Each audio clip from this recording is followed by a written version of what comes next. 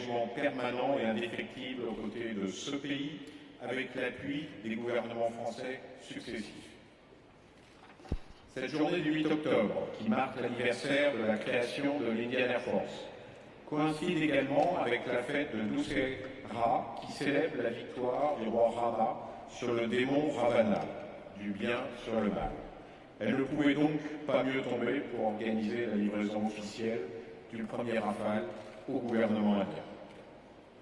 3 ans après la signature à Delhi de l'accord intergouvernemental entre la France et l'Inde pour la fourniture de 36 Rafales, et suite à la recette technique conduite le 18 septembre dernier, nous sommes tous extrêmement satisfaits de voir l'aboutissement de nos engagements contractuels avec l'inscription du premier Rafale à l'inventaire de l'Indian Air Force, conformément au calendrier fixé. Cet événement souligne une fois de plus le lien stratégique unique et fort qui existe entre nos deux pays et entre Dassault Aviation et l'Indian Air Force en particulier. Cette livraison marque également une nouvelle étape dans notre relation, car elle démontre à quel point nous nous engageons, au nom de Dassault, mais aussi de ses partenaires, Thales, Safran, MBDA et toute la supply chain, à honorer les obligations de ce contrat. Cela signifie livrer 36 avions dotés des capacités les plus avancées, développés spécialement pour répondre aux besoins extrêmement pointus de l'Indian Air Force, qui opère dans un contexte géopolitique des plus sensibles. Cela signifie également de travailler sans relâche à l'exécution des engagements de compensation industrielle. J'ai la conviction que cette obligation de compensation à 50% que nous avons prise représente une réelle opportunité et une chance de bâtir une relation encore plus étroite avec l'industrie indienne, qu'il s'agisse des grands groupes ou d'un tissu de PME dans le but de créer une puissante filière aérospatiale et un écosystème à part entière. C'est la raison qui nous a poussés à investir, nous Dassault et Thales, à Nagpur pour construire des usines ultramodernes. Notre usine fera dans un premier temps 15 000 m² et qui depuis produit déjà des pièces de structure comme vous l'avez vu dans le film. Cette usine verra sa taille doubler au cours des 12 prochains mois et sera en mesure d'assembler entièrement notre Falcon 2000 qui pourra ainsi décoller de Nagpur d'ici la mi-2020. Ces avions seront produits et livrés dans le monde entier à notre clientèle internationale. En mettant en place les moyens d'assembler les Falcons et de fabriquer certains de leurs composants, je sais que nous appliquons la politique du Make in India du Premier ministre Narendra Modi avec des actes et pas seulement avec des mots. Notre foi dans ce programme national se traduit par notre investissement direct et le développement de relations avec des sous-traitants indiens de toutes les tailles et de toutes les régions. Investir signifie également miser sur les jeunes talents que compte ce pays, car aucun de nos projets ne saurait progresser sans une main-d'œuvre qualifiée.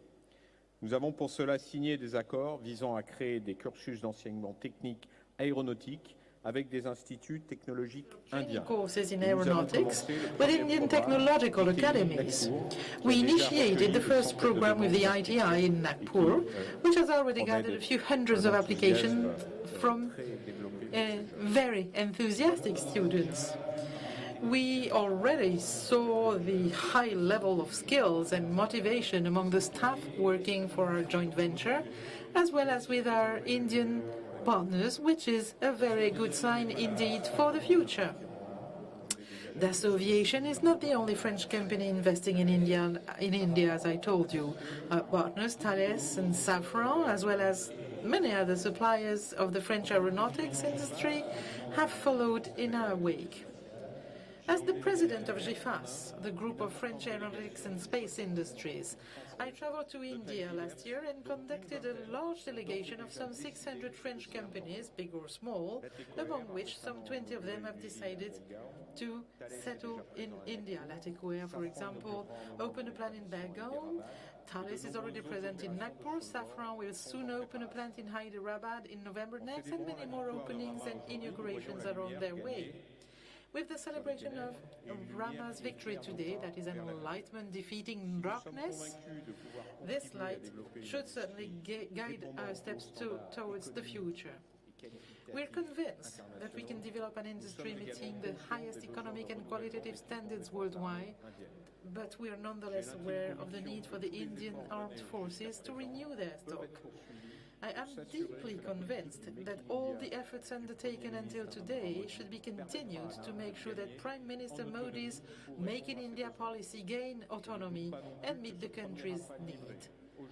I have no doubt that the first Rafale delivered today is just the first milestone of a new and long story that has to be invented, but which shall include the making of a worldwide basis able to meet the requirements not only of India, but also, in the longer run, the requirements of international markets.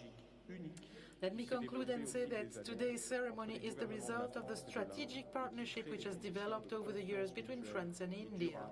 This partnership has given our two countries a mutual and long-lasting trust, the indispensable cement for this type of cooperation.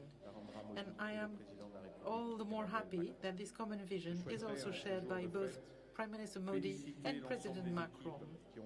Last, let me, in my own name, in the name of Dassault and industrial partners, thank our teams and thank the Indian armed forces who've spent efforts making sure that we could deliver this aircraft on due time. And I would like to thank, of course, in my own name, but also in the name of Dassault Aviation and our partners, I would like to thank His Excellency Rajnath Singh and Mrs. Florence Parly for their instrumental role in the excellent relationship between our two countries and in the future cooperation between India and France.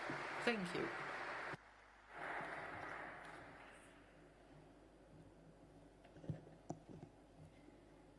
Monsieur le ministre, Madame la préfète, Monsieur Minister, Madame Prefect, Ambassador of France, President, officers, aviators, ladies and gentlemen.